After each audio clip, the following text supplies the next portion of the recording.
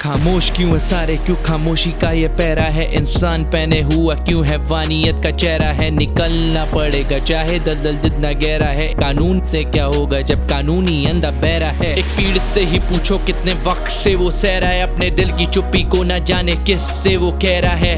वक्त लगेगा पर होगा सब कुछ ठीक, जो आज है अंधेरा कल होना उजला सवेरा है। ये बोल न पा रहे उनकी बनना है आवाज में, नई चुनौतियों को करना है आगाज में। एकजुट हुए थे तब हुआ था देश आजाद, फिर से एकजुट होना पड़ेगा इससे होने को आजाद हमें। शैतान है छुपे इंसान की शक्ल में, जो फैलाते ये दरिंदगी अपाहिज है अकल से।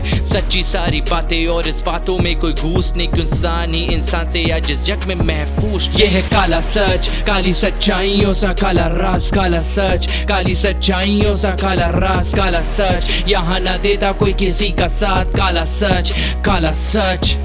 ये है काला सच, काली सच्चाइयों सा काला राज, काला सच, काली सच्चाइयों सा काला राज, काला सच। यहाँ ना देता कोई किसी का साथ, काला सच, काला सच।